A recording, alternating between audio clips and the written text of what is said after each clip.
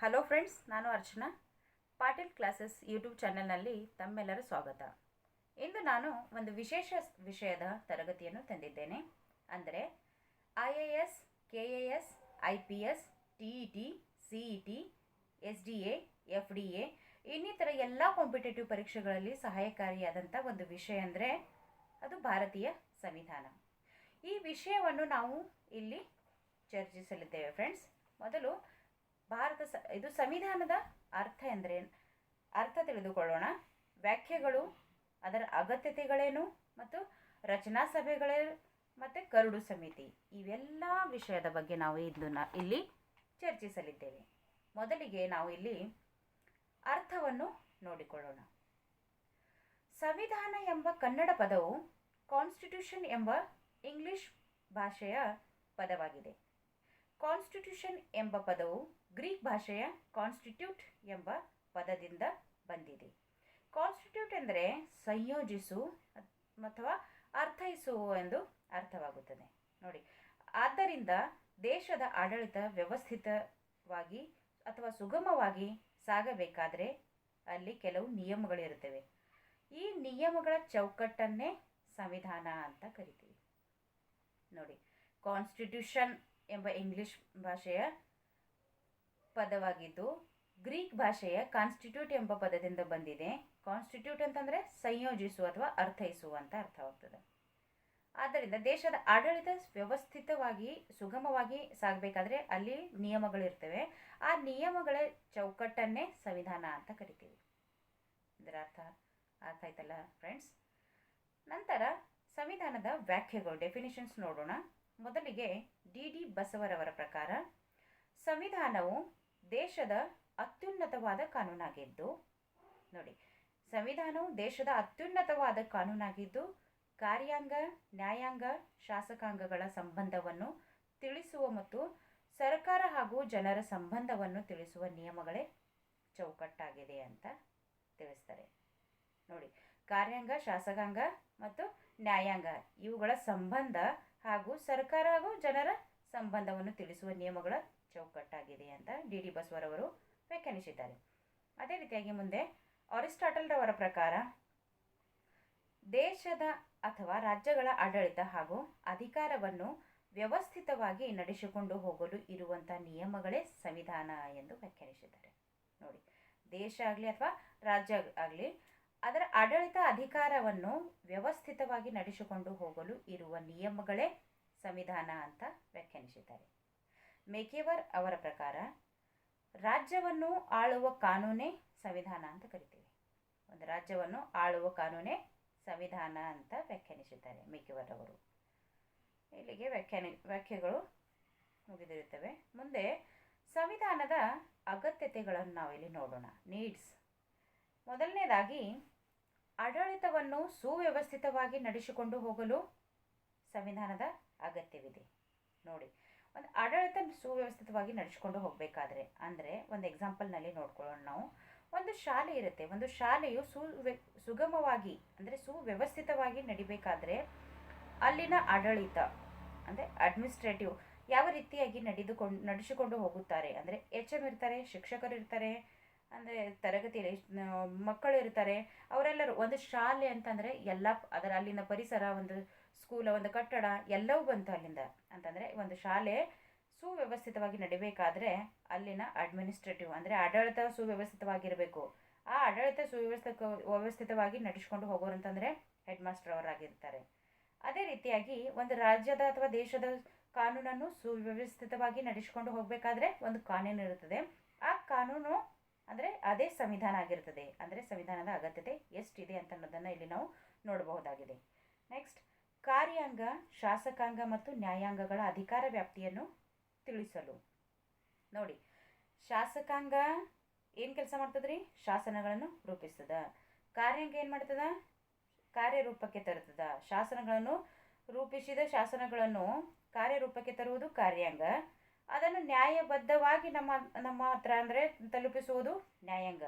ಅಂದರೆ ಶಾಸಕಾಂಗ, ನ್ಯಾಯಾಂಗ ಮತ್ತು ಕಾರ್ಯಾಂಗಗಳ ಅಧಿಕಾರ ವ್ಯಾಪ್ತಿಯನ್ನು ತಿಳಿಸುವುದಕ್ಕೆ ಈ ಸಂವಿಧಾನದ ಅಗತ್ಯತೆ ಬೇಕು ಅಂತ ಹೇಳಲಾಗ್ತದೆ. ನೋಡಿ, ಸರ್ವಾಧಿಕಾರಿಯ ಧೋರಣೆಯನ್ನು ತಡೆಗಟ್ಟಲು. ಸರ್ವಾಧಿಕಾರಿ ಅಂತಂದ್ರೆ ನೋಡಿ, ನಮ್ಮ ಸಂವಿಧಾನ, ನಮ್ಮ ದೇಶದಲ್ಲಿ ಸಂವಿಧಾನವೇ ಇರಲಿಲ್ಲ ಅಂತಂದರೆ ಒಂದು ರಾಷ್ಟ್ರಾಧಿಕಾರ ಯಾವ ರೀತಿಯಾಗಿ ಜರ್ಮನಿಯಲ್ಲಿ ಹಿಟ್ಲರ್ ತನ್ನ ಸರ್ವಾಧಿಕಾರವನ್ನು ತೋರಿಸ್ತಾನೆ, ಅಂದರೆ ಅವರು ಹೇಳಿದ್ದೇ ಕಾನೂನು, ಅವರು ಮಾಡಿರುವುದೇ ನಿಯಮ, ಅದೇ ರೀತಿಯಾಗಿರುತ್ತಿತ್ತು. ಹಾಗೆ ಮಾಡಿಕೊಳ್ಳಲು ಸಾಧ್ಯವಿಲ್ಲ. ಏಕೆಂತಂದರೆ ಸರ್ವಾಧಿಕಾರಿಯ ಧೋರಣೆಯನ್ನು ತಡೆಗಟ್ಟಬೇಕಾದರೆ ಒಂದು ನಿಯಮಾವಳಿಗಳು ಬೇಕು, ಅದೇ ಸಂವಿಧಾನ ಆಗಿರುತ್ತದೆ. ಅದಕ್ಕೆ ಸಂವಿಧಾನದ ಅಗತ್ಯತೆ ಬೇಕು ಅಂತ ತಿಳಿಸ್ತದೆ. ಜನರ ಮೂಲಭೂತ ಹಕ್ಕುಗಳನ್ನು ರಕ್ಷಿಸಲು. ನೋಡಿ, ಮೂಲಭೂತ ಹಕ್ಕುಗಳು ಅಂತಂದರೆ ಯಾವ್ಯಾವ ಹೇಳಿ? ಮೂಲಭೂತ ಹಕ್ಕುಗಳು ಎಷ್ಟಿವೆ? 7 ಮೂಲಭೂತ ಹಕ್ಕುಗಳು ಇದ್ದು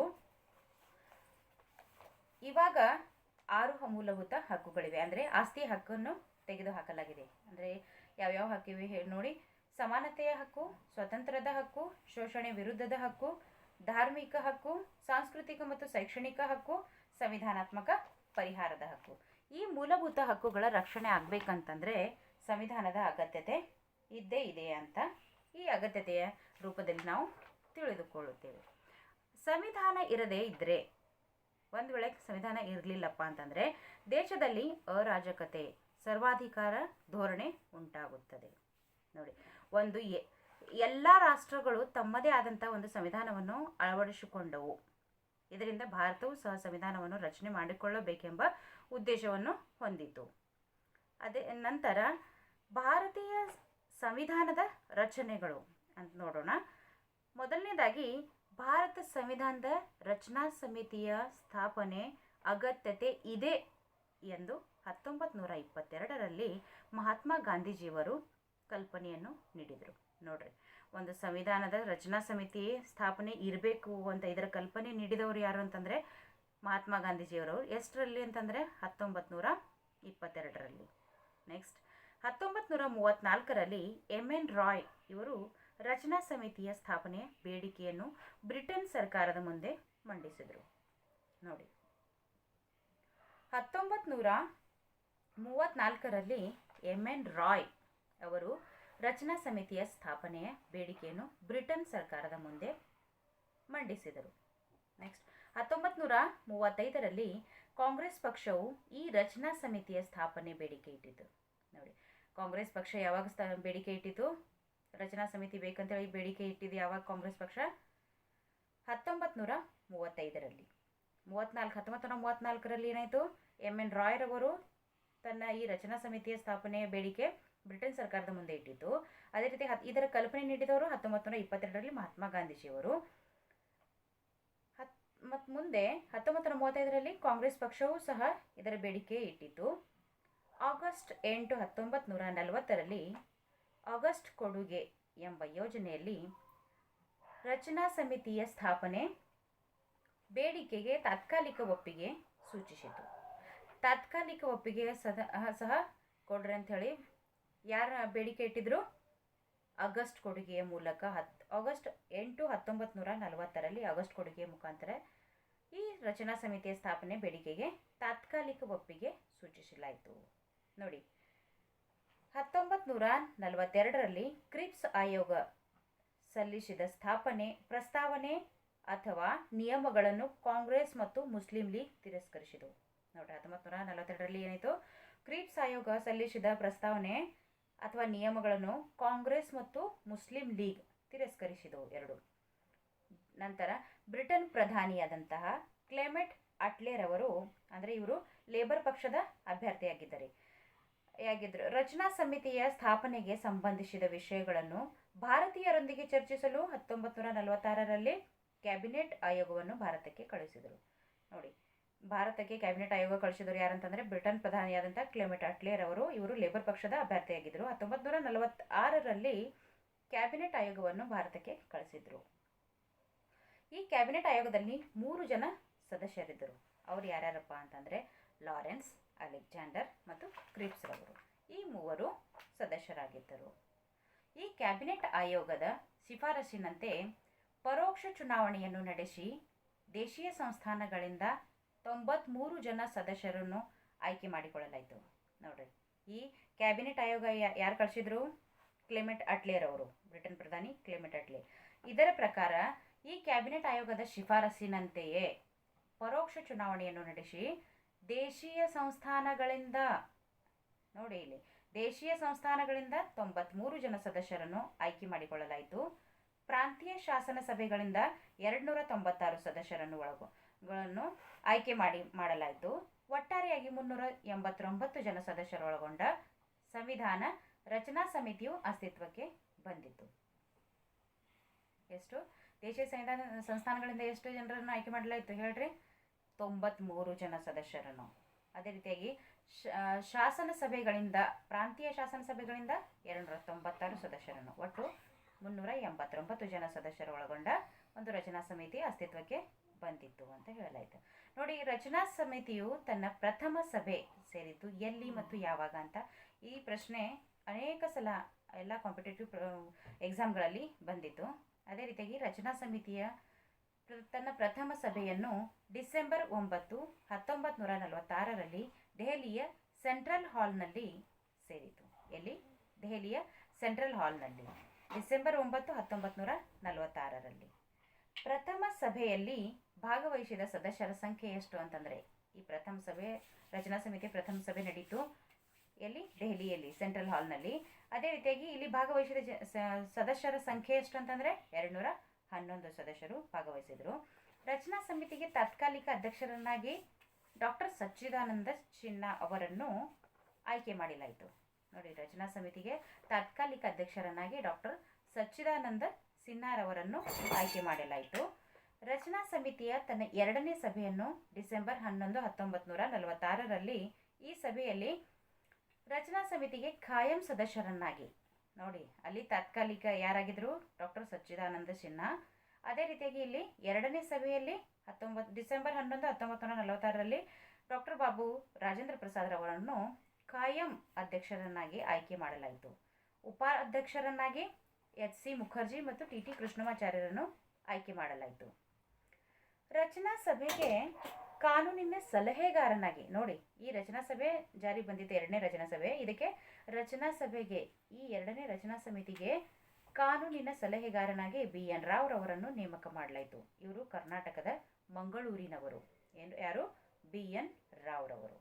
ಡಿಸೆಂಬರ್ 13, 1946ರಲ್ಲಿ ಜವಾಹರ್ಲಾಲ್ ನೆಹರು ಅವರು ಸಂವಿಧಾನದ ಧ್ಯೇಯೋದ್ದೇಶಗಳನ್ನು ಘೋಷಣೆ ಮಾಡಿದರು.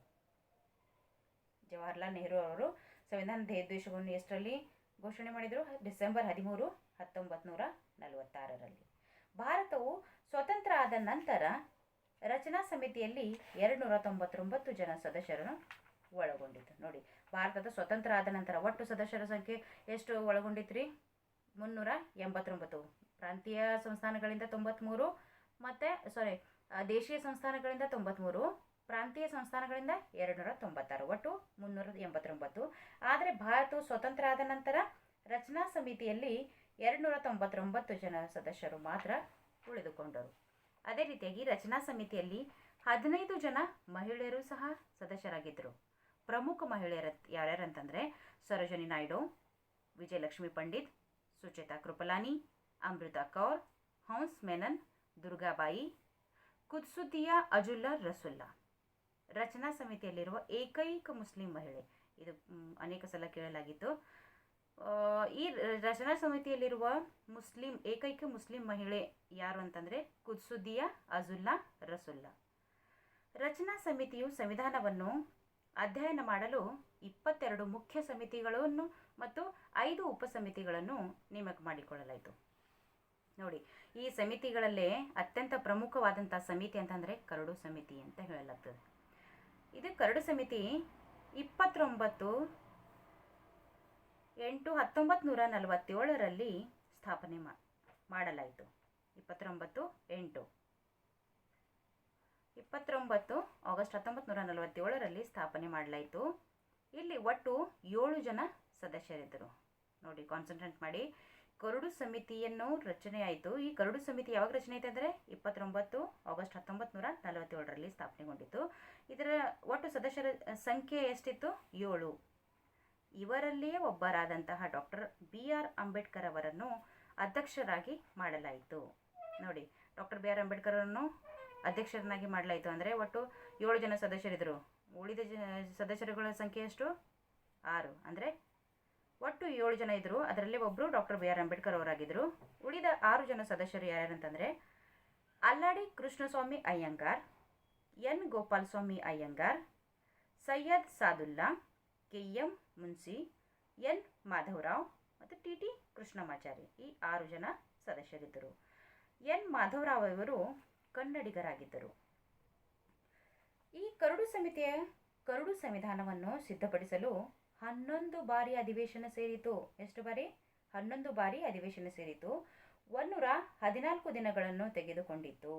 ನೋಡ್ರಿ, 11 ಬಾರಿ ಅಧಿವೇಶನ ಸೇರಿತು, 114 ದಿನಗಳನ್ನು ತೆಗೆದುಕೊಂಡಿತು. ಕರಡು ಸಂವಿಧಾನವನ್ನು 3 ಬಾರಿ ಓದಲಾಯಿತು. ನೋಡು, ಅಪ್ರೂವಲ್ ಮಾಡಬೇಕಾದ್ರೆ 3 ಬಾರಿ ಇಡೀ ಸಂವಿಧಾನವು 3 ಬಾರಿ ಓದಲಾಯಿತು. ಭಾರತದ ಸಂಸತ್ತು ಕರಡು ಸಂವಿಧಾನವನ್ನು 26 ನವೆಂಬರ್ 1949ರಲ್ಲಿ ಅಂಗೀಕಾರ ನೀಡಿತು. ನೋಡ್ರಿ, ಮೊದಲನೇ ಅಂಗೀಕಾರ ಯಾವಾಗ ನೀಡಿತು ಕರಡು ಸಂವಿಧಾನಕ್ಕೆ? 26 ನವೆಂಬರ್ 1949ರಲ್ಲಿ ಅಂಗೀಕಾರ ನೀಡಿತು. ಆದ್ದರಿಂದ ನವೆಂಬರ್ 26ರನ್ನು ಸಂವಿಧಾನದ ದಿನವನ್ನಾಗಿ ಆಚರಿಸಲಾಗ್ತದೆ. ರಚನಾ ಸಮಿತಿಯು ತನ್ನ ಕೊನೆಯ ಸಭೆಯನ್ನು 24 ಜನವರಿ 1950ರಂದು ಸೇರಿತು. ನೋಡಿ, ಕೊನೆಯ ಸಭೆ ಯಾವಾಗ ಸೇರಿತು? ಜನವರಿ 24, 1950ರಲ್ಲಿ. ಅದರಲ್ಲಿ 284 ಜನ ಸದಸ್ಯರು ಕರಡು ಸಂವಿಧಾನಕ್ಕೆ ಸಹಿ ಹಾಕಿದರು.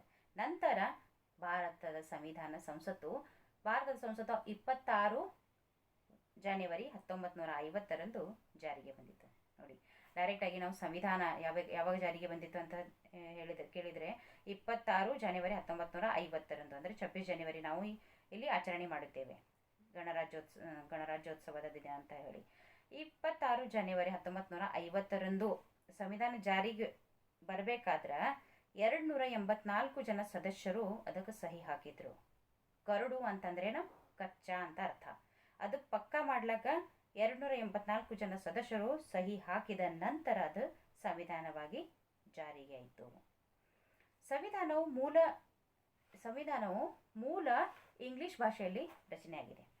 ಇದು ಒಟ್ಟು 280 ಪುಟಗಳನ್ನು ಹೊಂದಿದೆ. ನೋಡಿ, ಸಂವಿಧಾನ ಎಷ್ಟು ಪುಟಗಳನ್ನು ಹೊಂದಿದೆ? 280 ಪುಟಗಳನ್ನು ಹೊಂದಿದೆ.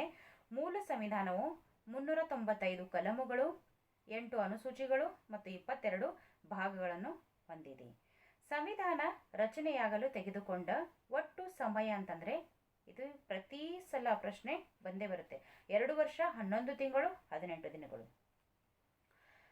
ಭಾರತದ ಸಂವಿಧಾನ ಒಂದು ರಚನೆಯಾಗಲು ತೆಗೆದುಕೊಂಡಂಥ ಒಂದು ಸಮಯ ಎಷ್ಟಂತಂದರೆ 2 ವರ್ಷ 11 ತಿಂಗಳು 18 ದಿನಗಳು. ಸಂವಿಧಾನ ರಚನೆಗೆ ತಗುಲಿದ ವೆಚ್ಚ ಎಷ್ಟು ಒಟ್ಟು ಅಂತಂದರೆ 6,40,00,000 ಅಂತ ಹೇಳ್ಬೋದಾಗಿದೆ. ಪ್ರಸ್ತುತ ಸಂವಿಧಾನವು 450 ಕಲಮು, 12 ಅನುಸೂಚಿಗಳು ಮತ್ತು 25 ಭಾಗಗಳನ್ನು ಒಳಗೊಂಡಿದೆ ಅಂತ ಹೇಳ್ಬೋದಾಗಿದೆ. ಮೂಲ ರಚನೆಯಲ್ಲಿ ಅತಿ ದೊಡ್ಡ ಸಂವಿಧಾನ ಯಾವುದಂತಂದರೆ ಯುಗೋಸ್ಲಾವಿಯಾ. ಮೂಲ ರಚನೆಯಲ್ಲಿ ಅತಿ ಚಿಕ್ಕ ಸಂವಿಧಾನ ಅಂತಂದರೆ ಅಮೇರಿಕಾ. ಅದು ಒಟ್ಟು 7 ಕಲಮುಗಳನ್ನು ಮಾತ್ರ ಹೊಂದಿದೆ ಅಂತ ಹೇಳ್ಬೋದು. ಅತ್ಯಂತ ಹಳೆಯ ಸಂವಿಧಾನ ಯಾವುದು ಅಂತಂದರೆ ಸ್ಯಾನ್ ಮೆರಿನೋ. ಅಲಿಖಿತ ಸಂವಿಧಾನ ಅಂತಂದರೆ ಬ್ರಿಟನ್ ಅಥವಾ ಇಂಗ್ಲೆಂಡ್ ಅಂತ ಹೇಳ್ಬೋದು. ಲಿಖಿತ ಸಂವಿಧಾನ ಅಂತಂದರೆ ಭಾರತದ ಸಂವಿಧಾನ. ಲಿಖಿತ ಸಂವಿಧಾನ, ಭಾರತ ಸಂವಿಧಾನಕ್ಕೆ ಲಿಖಿತ ಸಂವಿಧಾನ ಅಂತ ಕರೀತಾರೆ. ಮತ್ತು ಅತ್ಯಂತ ಕಠಿಣವಾದಂತಹ ಸಂವಿಧಾನ ಅಂತ ಸಹ ಕರೀತಾರೆ. ನೋಡಿ, ಈ ಭಾರತದ ಸಂವಿಧಾನದಲ್ಲಿ ಈ ಸಂವಿಧಾನ ರಚನೆ ಆಗಬೇಕಾದ್ರೆ ಕೆಲವು ಮೌಲ್ಯಗಳನ್ನು, ಕೆಲವು ಮೂಲ ಅಂಶಗಳನ್ನು ಬೇರೆ ಬೇರೆ ಸಂವಿಧಾನದಿಂದ, ಬೇರೆ ಬೇರೆ ದೇಶದಿಂದ ಎರವಲಾಗಿ ಪಡೆದುಕೊಂಡಿದ್ದೇವೆ. ಅವು ಯಾವ್ಯಾವ ದೇಶದಿಂದ ಏನೇನೋ ಮೌಲ್ಯಗಳನ್ನು ನಾವು ಪಡೆದುಕೊಂಡಿದ್ದೇವೆ ಅನ್ನೋದಂಥದ್ದನ್ನು ಇಲ್ಲಿ ನಾವು ತಿಳಿದುಕೊಳ್ಳೋಣ ಫ್ರೆಂಡ್ಸ್. ಮೊದಲನೇದಾಗಿ ಅಮೆರಿಕ ಸಂವಿಧಾನದಿಂದ ಏನು ಎರವಲಾಗಿ ಪಡೆದುಕೊಂಡಿದ್ದೇವೆ ನೋಡೋಣ. ಮೂಲಭೂತ ಹಕ್ಕುಗಳು, ಉಪರಾಷ್ಟ್ರಪತಿಯ ಸ್ಥಾನಮಾನ, ನ್ಯಾಯಾಂಗ ವ್ಯವಸ್ಥೆ, ಮಹಾಭಿಯೋಗ ಅಂತಂದರೆ ಇಂಪೀಚ್ಮೆಂಟ್ ಅಂತ ಕರೀತಾರೆ. ಅದು ನಾನು ಸಮಯ ಬಂದಾಗ ಎಕ್ಸ್ಪ್ಲೇನ್ ಮಾಡ್ತೀನಿ ಮುಂದೆ. ಮಹಾಭಿಯೋಗ, ನ್ಯಾಯಾಂಗದ ವಿಮರ್ಶೆ, ಈ 5 ವಿಷಯಗಳನ್ನು ಅಮೆರಿಕ ಸಂವಿಧಾನದಿಂದ ಎರವಲಾಗಿ ಪಡೆದುಕೊಂಡಿದ್ದೇವೆ. ಯಾವ್ಯಾವು? ಮೂಲಭೂತ ಹಕ್ಕುಗಳು, ಉಪರಾಷ್ಟ್ರಪತಿಯ ಸ್ಥಾನಮಾನ, ನ್ಯಾಯಾಂಗ ವ್ಯವಸ್ಥೆ, ಮಹಾಭಿಯೋಗ, ನ್ಯಾಯಾಂಗ ವಿಮರ್ಶೆ. ಅದೇ ರೀತಿಯಾಗಿ ಬ್ರಿಟನ್ ಸಂವಿಧಾನದಿಂದ ಏಕನಾಗರಿಕತ್ವ, ಸಂಸದೀಯ ಸರ್ಕಾರ ಪದ್ಧತಿ, ಸಭಾಪತಿ ಅಂದರೆ ಸ್ಪೀಕರ್, ಶಾಸನ ರಚಿಸುವ ವಿಧಾನ, ರೀಟ್ಗಳು ನಿಮ್ಗೆ ಗುರ್ತಿವೆ. ಎಷ್ಟು ರೀಟ್ ಇದಾವ್ರಿ? 5 writ. Habeas corpus, mandamus, certiorari, quo warranto, prohibition. ಇವು 5 ರೀಟ್ಗಳಿವೆ. ಈ ರೀಟ್ಗಳು ಎಲ್ಲಿಂದ ತೆಗೆದುಕೊಂಡಿದ್ದೀವಿ ನಾವು? ಬ್ರಿಟನ್ ಸಂವಿಧಾನದಿಂದ ಎರವಲಾಗಿ ಪಡೆದುಕೊಂಡಿದ್ದೇವೆ. ನಂತರ ಐರಿಷ್ ಅಥವಾ ಐರ್ಲೆಂಡ್ ಸಂವಿಧಾನದಿಂದ ತೆಗೆದುಕೊಂಡ ವಿಷಯ ಅಂತಂದ್ರೇನು? ರಾಜ್ಯ ನೀತಿ ನಿರ್ದೇಶಕ ತತ್ವಗಳು. ನೋಡಿ, ಪ್ರಿನ್ಸಿಪಲ್ಸ್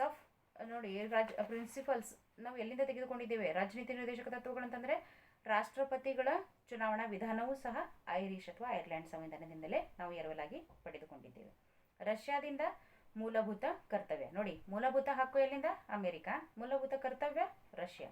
ಪಂಚವಾರ್ಷಿಕ ಯೋಜನೆಯೂ ಸಹ ರಷ್ಯಾದಿಂದ ಎರವಲಾಗಿ ಪಡೆದುಕೊಂಡಿದ್ದೇವೆ. ನಂತರ ಜರ್ಮನಿಯಿಂದ ತುರ್ತು ಪರಿಸ್ಥಿತಿ, ಅದು ನೆನಪಿದ್ದೇ ಇರುತ್ತೆ. ಯಾಕಂತಂದರೆ ಜರ್ಮನಿಯಲ್ಲಿ ಹಿಟ್ಲರ್ನ ಅಧಿಕಾರವಿತ್ತು. ಹಿಟ್ಲರ್ ಅಂತಂದರೆ ಎಮರ್ಜೆನ್ಸಿ ಡಿಕ್ಲೇರ್, ನೆನಪಿನಲ್ಲಿರ್ಬೋದು. ಜರ್ಮನಿ ಅಂತಂದರೆ ತುರ್ತು ಪರಿಸ್ಥಿತಿ ಘೋಷಣೆ ಆದಾಗ ಮೂಲಭೂತ ಹಕ್ಕುಗಳ ರದ್ದಾಗುವಿಕೆ, ತನ್ನಿಂದ ತಾನೇ ರದ್ದಾಗ್ತಾವ್ರಿ. ಅಂದರೆ ಎಮರ್ಜೆನ್ಸಿ ಡಿಕ್ಲೇರ್ ಮಾಡಿದಾಗ ಯಾವುದೇ ಮೂಲಭೂತ ಹಕ್ಕು ನಮಗೆ ಇರುವುದಿಲ್ಲ, ಇದೇ ರದ್ದಾಗ್ತವೆ ಅಂತ. ಈ ನಿಯಮವನ್ನು ಎಲ್ಲಿಂದ ನಾವು ಎರವಲಾಗಿ ಪಡೆದುಕೊಂಡಿದ್ದೇವೆ ಅಂತಂದರೆ ಜರ್ಮನಿ ಸಂವಿಧಾನದಿಂದ. ಕೆನಡಾದಿಂದ ಒಕ್ಕೂಟ ಸರ್ಕಾರ ಅಥವಾ ಸಂಯುಕ್ತ ಸರ್ಕಾರ ಪದ್ಧತಿ ನಾವು ಪಡೆದುಕೊಂಡಿದ್ದೇವೆ. ಕೇಂದ್ರ ಮತ್ತು ರಾಜ್ಯಗಳ ಸಂಬಂಧ, ಇವು ಸಹ ಕೆನಡಾ ಸಂವಿಧಾನದಿಂದ ತೆಗೆದುಕೊಳ್ಳಲಾಗಿತ್ತು. ಆಸ್ಟ್ರೇಲಿಯಾದಿಂದ ಸಮವರ್ತಿ ಪಟ್ಟಿ ಮತ್ತು MP MLAಗಳ ವೇತನ ಸೌಲಭ್ಯ, ಇವು ಸಹ ನಾವು ಆಸ್ಟ್ರೇಲಿಯಾದಿಂದ ಪಡೆದುಕೊಂಡಿದ್ದೇವೆ. ದಕ್ಷಿಣ ಆಫ್ರಿಕಾದಿಂದ ಸಂವಿಧಾನದ ತಿದ್ದುಪಡಿಯ ವಿಧಾನ. ನೋಡಿ, ನಾವು ಸಂವಿಧಾನ ತಿದ್ದುಪಡಿ ಮಾಡ್ತೀವಿ, ಅದು ಹಾಗಲ್ಲ ಹೀಗೆ ಒಂದು ಕಲಮು ರೆಡಿ ಮಾಡಿಕೊಂಡು ಇದು ತಿದ್ದುಪಡಿಯನ್ನು ಮಾಡಿರ್ತೇವೆ. ಅದರಲ್ಲಿ ಯಾವುದಾದ್ರೂ ಒಂದು ವಿಷಯವನ್ನು ತಿದ್ದುಪಡಿ ಮಾಡಬೇಕಾದ್ರೆ ಅದರ ಪರ್ಮಿಷನ್ ಬೇಕಾಗಿರುತ್ತೆ. ಈ ತಿದ್ದುಪಡಿಯ ವಿಧಾನವೇ ನಾವು ದಕ್ಷಿಣ ಆಫ್ರಿಕಾದಿಂದ ನಾವು ಎರವಲಾಗಿ ಪಡೆದುಕೊಂಡಿದ್ದೇವೆ. ರಾಜ್ಯಸಭಾ ಸದಸ್ಯರ ಚುನಾವಣಾ ವಿಧಾನ ಅಂದರೆ ರಾಜ್ಯದಲ್ಲಿಯ ಮೇಲ್ಮನೆಯಾದಂಥ ರಾಜ್ಯಸಭೆಯ ಸದಸ್ಯರ ಚುನಾವಣಾ ವಿಧಾನವೂ ಸಹ ನಾವು ದಕ್ಷಿಣ ಆಫ್ರಿಕಾದಿಂದಲೇ ನಾವು ಎರವಲಾಗಿ ಪಡೆದುಕೊಂಡಿದ್ದೇವೆ. ಫ್ರೆಂಡ್ಸ್, ಇಂದಿನ ತರಗತಿಯು ನಿಮಗೆ ಹೆಲ್ಪ್ಫುಲ್ ಆಗಲಿ ಅಂತ ಬಯಸುತ್ತಾ, ನಿಮಗೆ ಇಷ್ಟವಾದಲ್ಲಿ ಲೈಕ್ ಮತ್ತು ಶೇರ್ ಮೂಲಕ, ಕಮೆಂಟ್ಸ್ ಮೂಲಕ ಸಹ ತಿಳಿಸಬಹುದು. ಅದೇ ರೀತಿಯಾಗಿ ಸಬ್ಸ್ಕ್ರೈಬ್ ಮಾಡ್ಕೊಳ್ಳೋದನ್ನು ಮಾತ್ರ ಮರಿಬೇಡಿ ಫ್ರೆಂಡ್ಸ್. Thank you. ಬಾಯ್.